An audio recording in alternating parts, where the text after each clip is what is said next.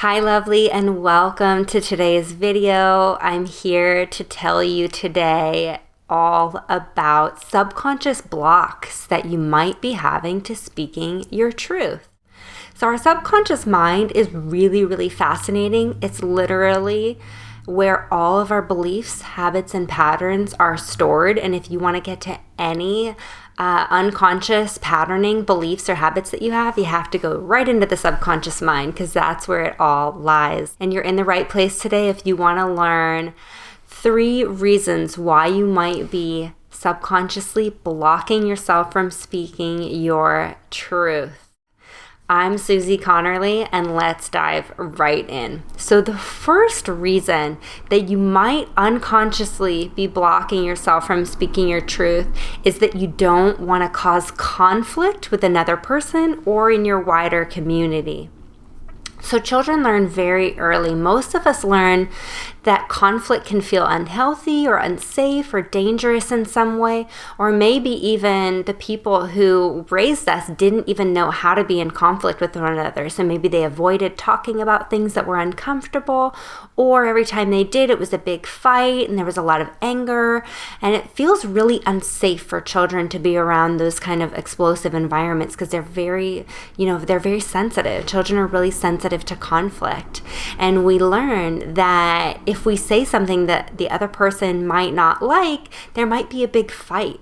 And kids lock in all of these things really early. And most of us really mirror our parents or those who raised us, the people who raised us. We mirror what we learned or even didn't learn. Many of us have a hard time talking about things because nobody showed us to talk about how to talk about difficult things in a way that was, productive and safe, and that both people felt heard. We didn't really learn how to converse on that a lot of the time. So many people as adults have trouble communicating what they really feel and speaking their truth because they're afraid of causing conflict. So that's one reason. It's really important. Sometimes we also learn that speaking our truth, like in a work environment or in a wider community, maybe communities that you grew up in or, sports teams even, you learned not to want to rock the boat or cause conflict in those areas because it could lead to wider,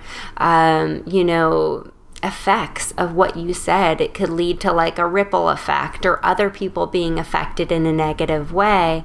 And all the reasons that we would want to avoid conflict, the emotions that makes us feel, maybe sad or scared or disappointed. Conflict can bring a lot of what we would quote as the negative emotions, So many of us have a more difficult time speaking our truth because we want to avoid conflict. Number 2 is that you're afraid that people won't like you or that they'll reject you. So we are hardwired to try to fit in the primitive brain. We are hardwired to try to fit into our community in a certain way. And it's as important to the mind as, food and shelter. And these emotions that we feel when we feel safe, when we feel accepted into the tribe is really important. Because part of our mind is almost exactly like a monkey's mind, And if you think about monkeys in the wild, the ones that get, pushed off outside of the wider community, they don't get to eat, until the last. They might not get to have a mate and pass on their DNA and have a family. And it's very isolating. Isolated monkeys become depressed and anxious, just like humans do. And so it's not hard to see why we would want to fit in, and avoid that rejection. And many people don't speak their truth about certain things because they don't want to feel rejected by other people or feel like they're unliked. That feels very unsafe to the primitive mind. And even though a lot of it's not even real, when we're adults and we're falling into these patterns, or, you can see in teenagers big time, that they feel a lot of pressure to try to go along with the crowd or fit in many environments, even to things that they don't want. And this is really hardwired and enmeshed into our psychology. But just noticing it can be enough to help you break out of that pattern, shake those patterns loose, and really come up with what you want to say and feel, over time or even in the moment. Number 3 is really, really important and sort of, kind of a workaround of the mind is that sometimes we don't speak our truth because we're afraid that what we want is actually not available to us in some way, that we can't get what we want. So we would rather not even say anything at all or go for what we want, either in a relationship or at work or in bigger goals and dreams in life. We won't even allow ourselves to speak that truth because we're afraid that we can't actually get it. And this is the mind's workaround in trying to avoid disappointment or sadness or hurt. So we'd rather just stay down and not even go for it at all than to be disappointed or hurt. And it's really, really, this is a really sad one because I worked with a lot of clients who have things that they want, or they've buried so deeply what they want because they're afraid that they actually can't get it. And so they shut themselves down from speaking their truth because they think that what they want is not available to them.